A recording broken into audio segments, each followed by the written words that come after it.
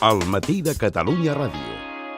Avui arriba als cinemes Madrid 1987, l'última pel·lícula de David Trueba, un film que explica la història d'un columnista consagrat i un estudiant de periodisme obligats a conviure una jornada molt particular.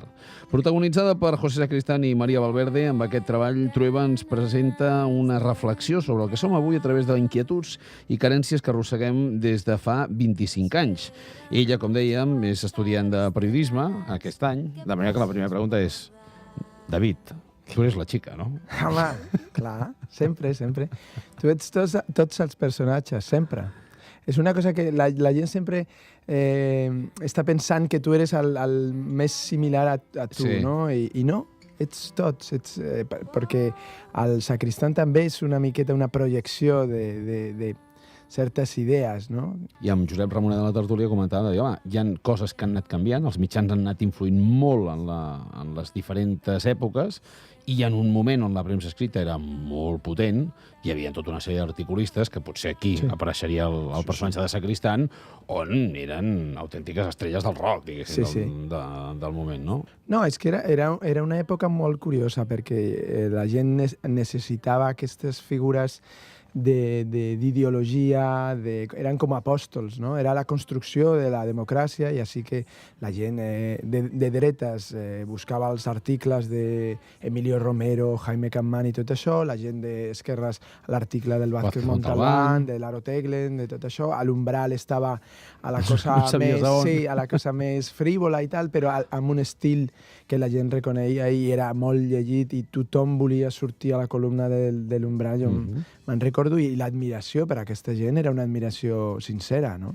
Al mateix temps és impossible que avui hi hagi aquest tipus de personatge als mitjans que parlin amb aquesta autoritat i que tinguin aquesta credibilitat, perquè hi ha gent que parla, sí, con esa prepotència, però no té la credibilitat general. Jo crec que avui la gent té molts recursos crítics, també és un món de descreïts.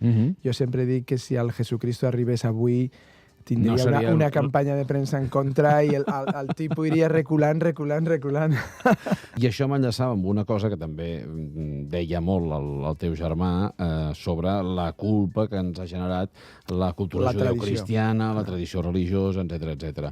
Vull dir que més enllà del retrat d'una època també sembla que sigui un retrat de les teves pròpies influències, perquè Sacristán ens pot recordar en algun aspecte Fernán Gómez, que era molt amic teu, algunes de les coses que es diuen ens poden recordar reflexions que segur que tu has sentit a casa. Sí, perquè hi ha molta gent que treballava al franquisme i que ha fet la transició i que d'una manera molt subtil tenia un sentiment de culpa, perquè tu li demanaves si has començat a treballar als 63 als periòdics, per què dius que no havia llibertat si estaves escrivint? I era diferent, perquè és una continuïtat. Jo crec que el país viatja amb tu, no? I no ets... Mai pots ser una persona especial si no penses que el teu passat és important, el passat dels teus és important, no? És això que passa amb la Guerra Civil és el mateix, no? Si no reconeixem que ha sigut una guerra, que ha hagut un problema, que la gent es matava uns a les altres, que utilitzaven el conflicte per resoldre també problemes personals i tot això. Si no estudiem això, si no pensem això, no construirem mai un futur millor, no? Hi ha moltes portes tancades a la història d'Espanya que jo crec que la salut del país necessita que obrim les portes, que parlem d'això, que no és una qüestió de posar a la presó a una persona de 80 anys, però és una qüestió de la veritat, de conèixer la veritat, i que la gent no pensi que vivim en un món pitjor ara. El món era molt pitjor abans. O sigui que has entès que més enllà de posar el focus en la guerra civil estrictament, etc., posar-ho en aquesta Espanya pre-pelotazo, o ja entrant en el pelotazo, també és interessant per anar veient quines passes ens han portat avui on som, no? Exactament. La gent parla del sistema. Jo penso que el sistema té imperfeccions, però que és el millor sistema possible, no? I no hi ha més. El problema és que la democràcia necessita una correcció diària. És un sistema que no té una autoritat militar, no té una autoritat religiosa, no té una autoritat autocràtica. Què ha passat? Que amb l'entrada al 86 a l'OTAN, al mercat comú, l'Espanya ha dit estem satisfets, això és Europa, som França, som Alemanya, som Inglaterra. I estem a punt de superar-los. I la veritat és que no érem. No? Jo sempre ho dic, que no estaven tan bé quan dèiem que Espanya anava bé i no estem ara tan mal com pensar que Espanya és un país horrible. No? El problema és perdre la veu, però és que sembla que avui aquest dictat no ens arriba de part nostra, si ens arriba de qui ens fia, perquè ens hem endeutat. Aleshores és una situació que, com tu comentaves, és un mal estat de difícil digestió i de difícil comprensió, però també de difícil solució. El temps de crisi descobreix sempre, a les crisis personals també, que les úniques coses que funcionen són les coses inútiles, les coses invisibles, les coses que estan en tu sense pensar que estan en tu, que són els records, les cançons, les relacions, la cultura, el sentiment de pertinença a un país, a una cosa, a algo, no?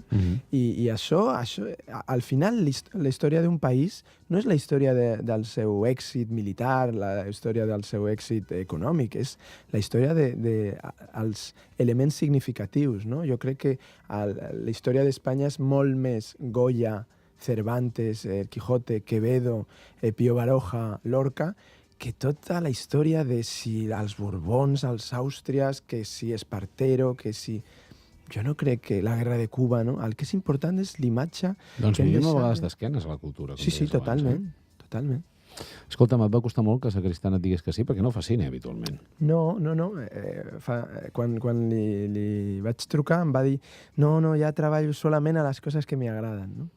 Doncs escolta, quina millor falca. Sí, ha elegit el guió i li ha agradat molt. Ell coneixia molt bé aquests personatges del Madrid periodístic, no?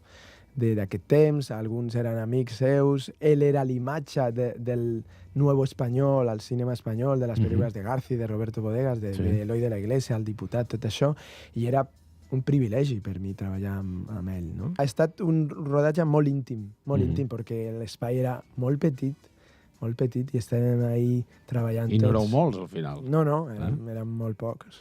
Doncs escolti'm, ja que es parla d'eficiència, de productivitat, aquesta Soc pel·lícula és un gran exemple.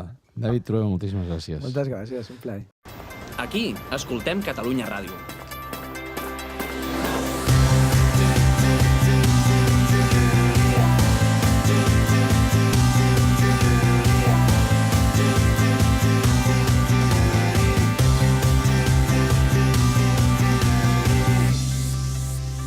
Bon dia, són les 6 i aquest és el matí de Catalunya Ràdio. Aquí, Catalunya Ràdio. Benvinguts a casa vostra.